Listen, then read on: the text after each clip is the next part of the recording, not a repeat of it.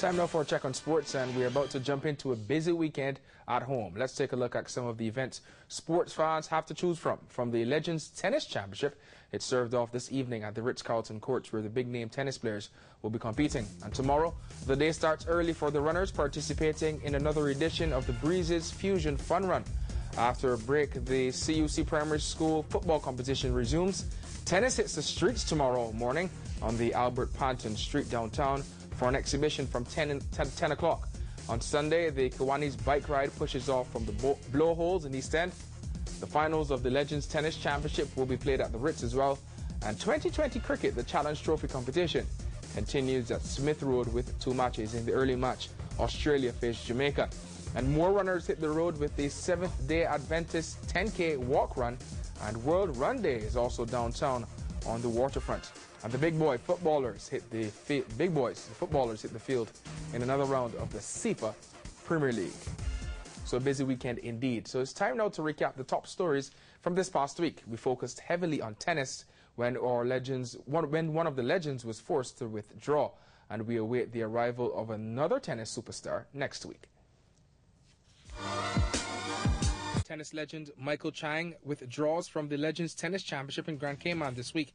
Chang remains in the United States to be with his pregnant wife as they await the birth of their first child.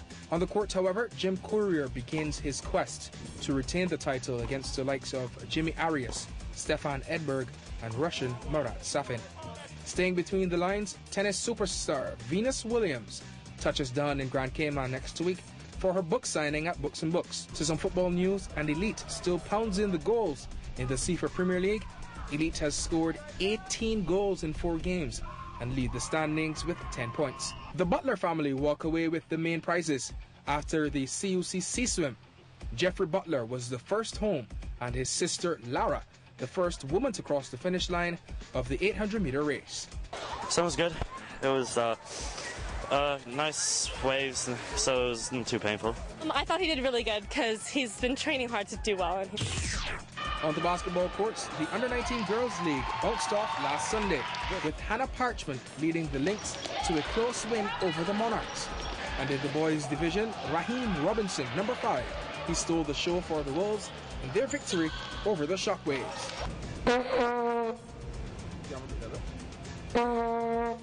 Coach Jerry Harper sent out the come one, come all signal for this weekend's World Run Day.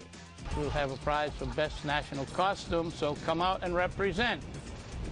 In cricket, the West Indies tune up in Barbados for their upcoming tour of Sri Lanka. Coach Otis Gibson was encouraged with his side's work ethic ahead of the 3-test series starting next week. That's it for sports this week.